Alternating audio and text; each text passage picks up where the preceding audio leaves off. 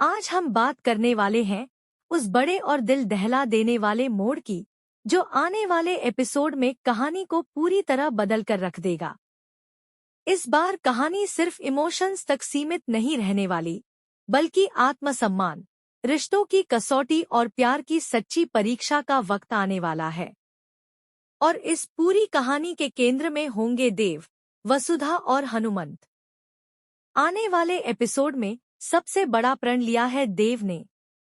यह कोई साधारण फैसला नहीं है, बल्कि एक ऐसा वादा है जो उसकी पूरी जिंदगी की दिशा बदल सकता है।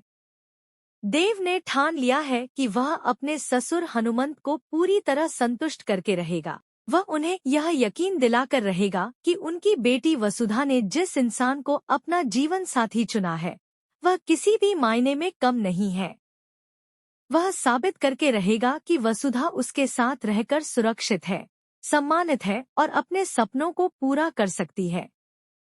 देव का यह प्रण सिर्फ शब्दों तक सीमित नहीं है। उसने अपने दिल से यह ठान लिया है कि चाहे उसे कितनी भी कठिनाइयों का सामना करना पड़े, चाहे उसे कितने भी अपमान सहने पड़े, वह पीछे नहीं हटेगा। उसके लिए अब यह सिर्फ रिश्ते की बात नहीं रह गई है, बल्कि उसके आत्मसम्मान और उसके प्यार की सच्चाई का सवाल बन गया है। लेकिन जैसे ही यह सारी बातें सारिका को पता चलती हैं और वह जाकर चंद्रिका को बताती है, कहानी में अचानक से आग भड़क उठती है। चंद्रिका का गुस्सा 7वें आसमान पर पहुंच जाता है। वह सीधे हनुमंत के सामने आकर खड़ी हो जाती है और उनसे सवाल करती है कि आखिर वह उसके बेटे से इस तरह की शर्तें कैसे रख सकते हैं।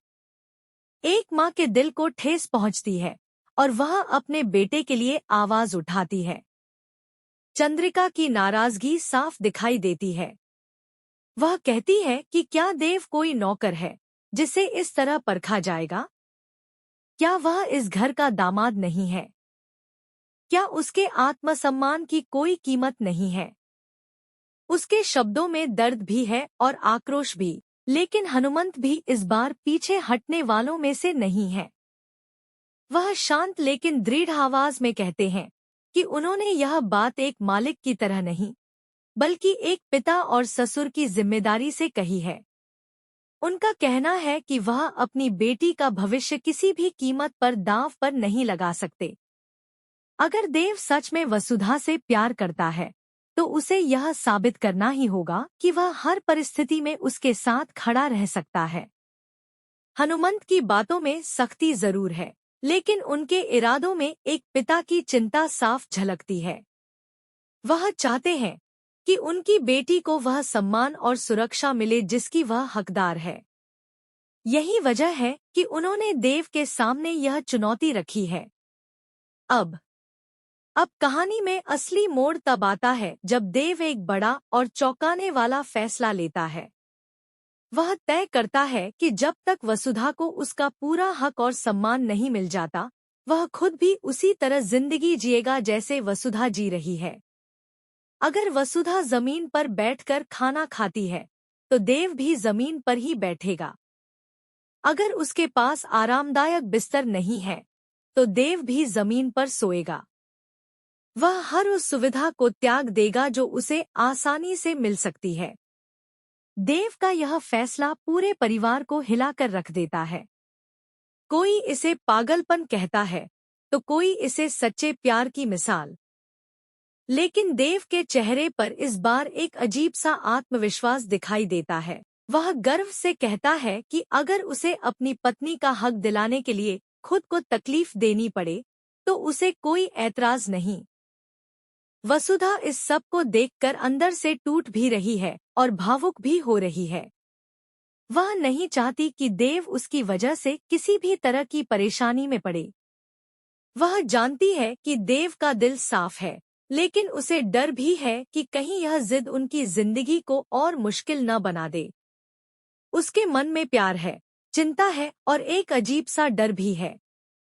पूरे परिवार के सामने अब एक अजीब सी स्थिति बन चुकी है। एक तरफ हनुमंत है, जो अपनी बेटी के लिए सख्त बनकर खड़े हैं।